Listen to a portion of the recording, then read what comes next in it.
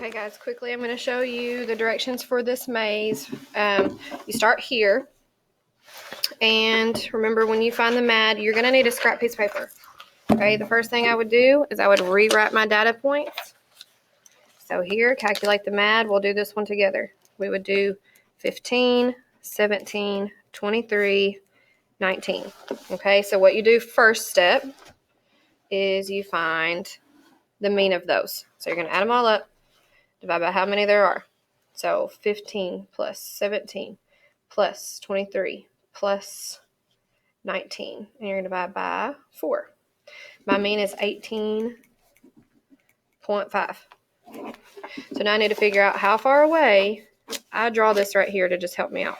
How far away is 15 from that? Well, that's 3.5 away. 17, 1.5 away. 23, not as easy. I mean, we could do it in our heads, but if you're doubting it at all, just do it on a calculator. And then 19 is 0.5 away. You can do every single one of those on a calculator, okay? And remember, it doesn't matter which one comes first. So, for example, if I did 15 minus 18.5, I'm going to get a negative number. But remember, it's mean absolute deviation. So, just put 3.5, okay? So now I know my distances. I need to know the average distance from the mean, okay? So what I'm going to do now is I'm going to add all these up and divide by 4. So 3.5 plus 1.5 plus 4.5 plus 0.5. That's my sum. I'm going to divide by how many there are. There are 4. That gives me 2.5. So on average, each data point is 2.5 away from the mean. I'm going to go over here. This is where I started. And you're looking at any option that leaves this box. Sometimes there can even be diagonals, but here there's only this one or this one.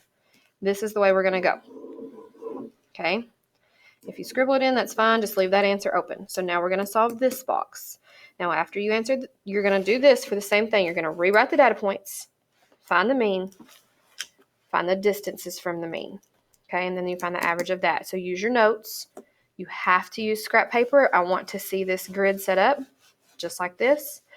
And then remember, from this box, we can go here, here, or here. Keep all options open.